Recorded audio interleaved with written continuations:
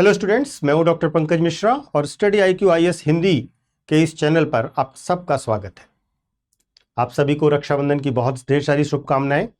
आज एक बहुत अच्छी न्यूज़ के साथ भी हम अपना वीडियो शुरू करेंगे। न्यूज़ ये है कि भारत ने सतत विकास लक्ष्य यानी कि SDG में टॉप 100 कंट्रीज़ में अपनी जगह बनाई है। यह खुशखबरी भी है और एक बड़ी न्यूज़ भी है, क्योंकि भारत लगातार इस रैंकिंग में बहुत नीचे रहा।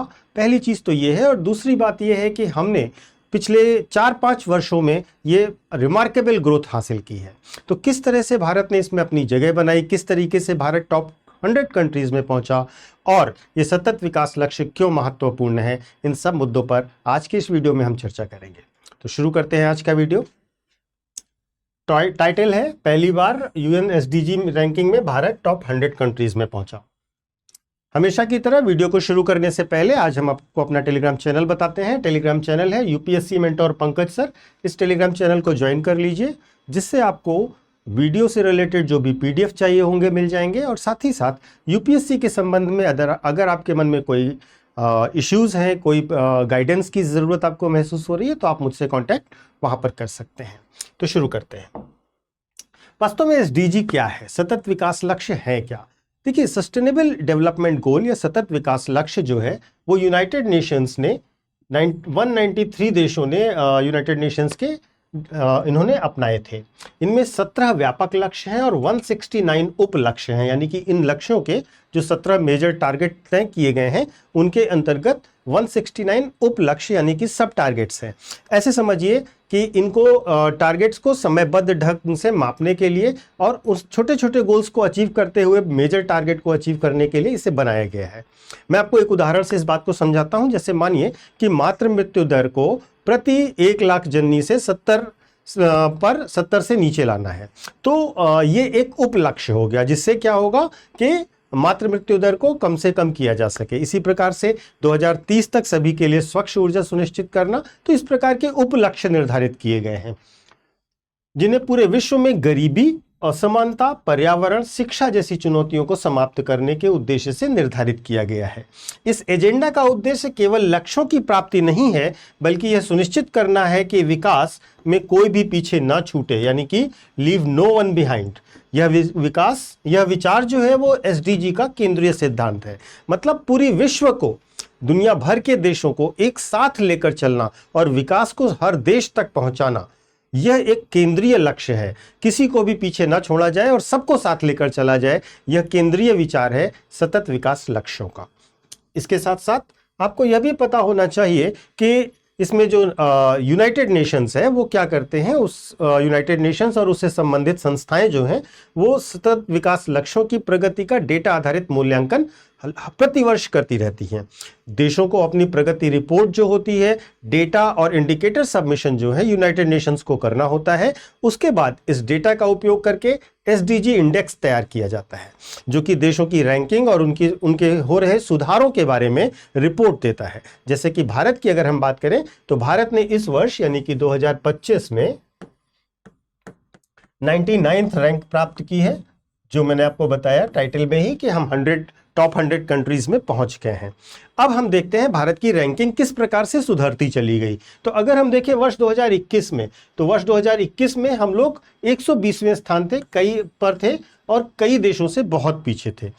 इसके साथ साथ 22 में हम 121 पे पहुंचे, 23 में 112 पे पहुंचे, 24 में 109 पर पहुंचे और 25 में 99th पर पहुंचे। और जैसा कि मैंने अभी आपको वीडियो के शुरुआत में बताया था, ये सारी ग्रोथ अगर आप देखें तो पिछले 4 वर्षों के अंतर्गत, इस 4 वर्षों के अंतराल में ही हमने ये ग्रोथ प्राप्त की है, यानी कि 22 से लेकर 25 के बीच में हमने ये विशिष्ट ग्रोथ प्राप्त की है। ये ग्रोथ बहुत महत्वपूर्ण है। भारत का SDG स्कोर भी अब लगभग 67 पर पहुंच गया है, जो संकेत देता है कि हम कई क्षेत्रों में लक्ष्य की ओर बढ़ रहे हैं, लेकिन अभी भी पूर्ण लक्ष्य तक लंबा सफर करना बाकी है। तो वास्तव में बहुत सारे क्षेत्रों में, बहुत सारे इंडेक्स के सब क्षेत्रों में जो उप लक्ष्य हैं उनमें हमने बहुत अच्छी परफॉर्मेंस दी है। यद्यपि यह परफॉर्मेंस अभी बहुत सारे क्षेत्रों में हमें और ज्यादा करने की आवश्यकता है। अब देखिए, रैंकिंग की सुधार हुई है तो उसके पीछे क्या कारण है। तो अगर आप रैंकिंग के सुधार के पीछे कारण जानेंगे तो सबसे पहला और सबसे बड़ा कारण यह है कि भारत में गरीबी में बहुत तेजी से कमी आई है। वास्तव में भारत सरकार पीएम आवास योजना, पीएम किसान, मुफ्त राशन आदि के माध्यम से गरीबी को टारगेट करके बहुत सफलतापूर्वक योजनाओं का क्रियान्वयन कर रही है। अगर आप देखेंगे तो विश्व बैंक की रिपोर्ट आपको हाल फिलहाल में मिल जाएगी, जिसने भारत में रिमार्केबल और यहां तक कि बोला है कि ऐसी ग्रोथ गरीबी निवारण में भारत ने की है कि दुनिया के सामने एक एग्जाम्पल पेश किया है। तो विश्व बैंक की रिपोर्ट आपको मिल जाएगी। इस विश्व बैंक की रिपोर्ट में आप देख सकते हैं भारत की ग्रोथ को। इसके साथ साथ अगर आप देखें स्वास्थ्य के लिए, तो स्वास्थ्य सेवाओं में आयुष्मान भारत और कोविड वैक्सीनेशन जैसे अभियान ने बड़ी आबादी को लाभ पहुंचाया है। इसी तरीके से अगर आप देखें आयुष्मान भारत कार्ड के अंतर्गत बड़े तौर पर बीमा कवरेज भी दिया जा रहा है, स्वास्थ्य संबंधी उपचार भी दिए जा रहे हैं, और एक और प्रधानमंत्री जन औषधि केंद्र जो है, प्रधानमंत्री जन औषधि केंद्र, इन केंद्रों ने सस्ती दवाओं तक लोगों की पहुंच को सुनिश्चित किया है और इससे लोगों को बहुत लाभ हुआ है, क्योंकि लोग उतनी महंगी दवाएं अफोर्ड नहीं करते थे और इन जन औषधि केंद्रों के माध्यम से जो जेनेरिक मेडिसिन लोगों को मिल जाती हैं, उसका बड़ा फायदा भी लोगों के स्वास्थ्य सुविधाओं में मिला है। तीसरा बड़ा कारण रहा नवीकरणीय ऊर्जा। सोलर और विंड पावर इंस्टॉलेशन में भारत दुनिया के टॉप 3 कंट्रीज में आ गया है। तो आप समझिए कि हम लोग सोलर पावर के माध्यम से और प्रधानमंत्री सूर्य घर बिजली योजना करके बहुत सारी योजनाएं हैं, इन योजनाओं पर भी आप जरूर ध्यान दीजिएगा। प्रधानमंत्री सूर्य घर बिजली योजना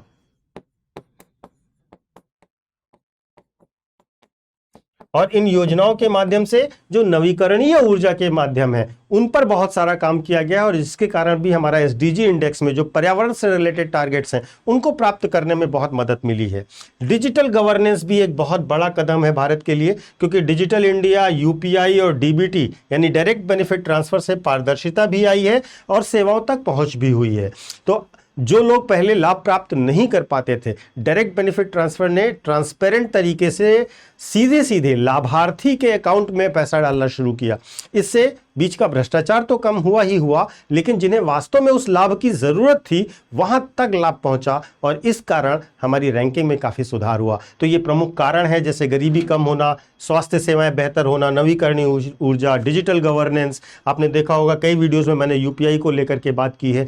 तो इन सब को फायदा मिला और इन सब के कारण हमारी ग्रोथ काफी तेज हुई। और आप ध्यान से देखेंगे तो आप पाएंगे पिछले 4 वर्षों में ये सब एक क्रांतिकारी कदम की तौर पर भारत सरकार ने उठाए हैं। इसके बाद हमारे कारण जब हम जान गए तो हमें ये भी जानना चाहिए कि हमें अगर लक्ष्य प्राप्त करने हैं, सतत विकास लक्ष्यों को प्राप्त करना है, तो आगे हमें कौन कौन सी चुनौतियों को हल करना बहुत जरूरी होगा। भूखमरी और पोषण पहली सबसे बड़ी चुनौती है। अगर आप ग्लोबल हंगर इंडेक्स देखेंगे तो उसकी स्थिति भारत के लिए अभी भी चिंताजनक है। यहां तक कि भारत जो है अपने कई पड़ोसी देशों से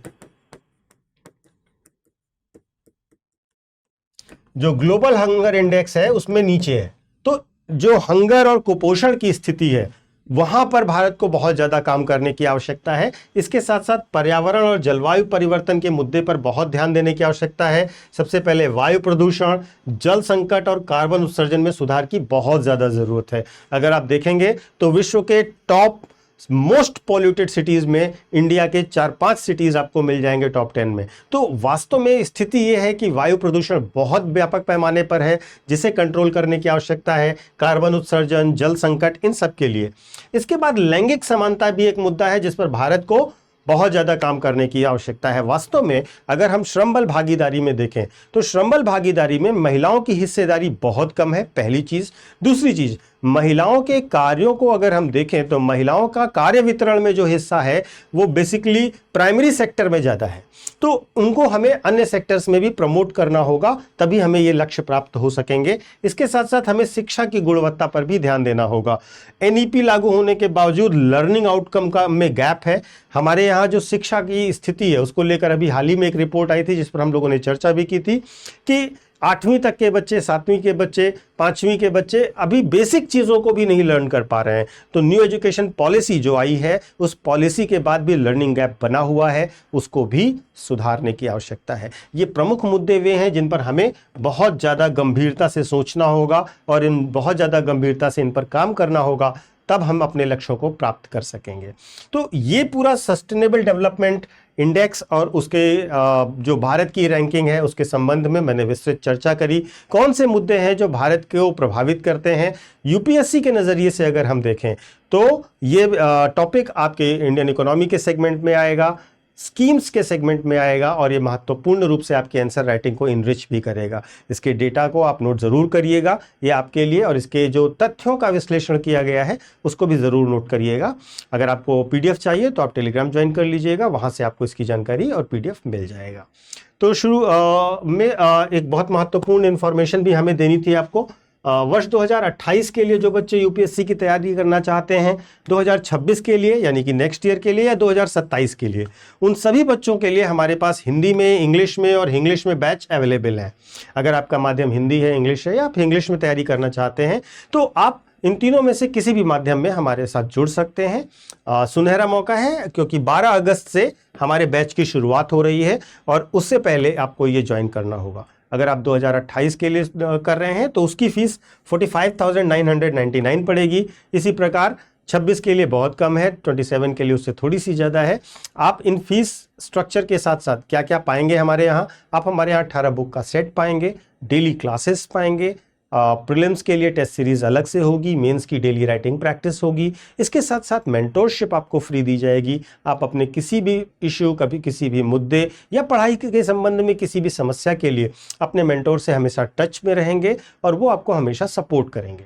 इसके साथ साथ अगर आप प्रीलिम्स क्वालिफाई करते हैं तो आपके लिए मेंस रेजिडेंशियल प्रोग्राम रहेगा जहाँ पर आपको दिल्ली में रह करके पूरी तैयारी फ्री ऑफ कॉस्ट कराई जाएगी। और इसके साथ साथ इंटरव्यू जब आप मेंस क्वालिफाई करेंगे तो यूपीएससी सेलेक्टेड जो बहुत senior most UPSC selected IAS officers हैं उनकी देखभाल में, उनके गाइडेंस में आपकी इंटरव्यू की तैयारी भी करवाई जाएगी। तो अगर आप यूपीएससी को टारगेट कर रहे हैं और आपका मन है यूपीएससी की तैयारी करने का तो अब आपके पास बहुत अच्छा विकल्प है। आप हमारे किसी भी बैच से जुड़ जाइए और किसी भी माध्यम से जुड़ जाइए। एक महत्वपूर्ण बात आपको जो ज़रूर याद रखनी है कि जब भी कभी आप किसी भी बैच को खरीदें तो आप उसमें पीके लाइव कोड का इस्तेमाल करें। ये कोड फैकल्टी कोड है और इस कोड के कारण आपको काफ़ी ज़्यादा डिस्काउंट मिल जाएगा। तो हमेशा कोई भी कोर्स लेना है तो आप पीके लाइव कोड का इस्तेमाल कर सकते हैं। तो आज के लिए इतना ही। Thank you so much.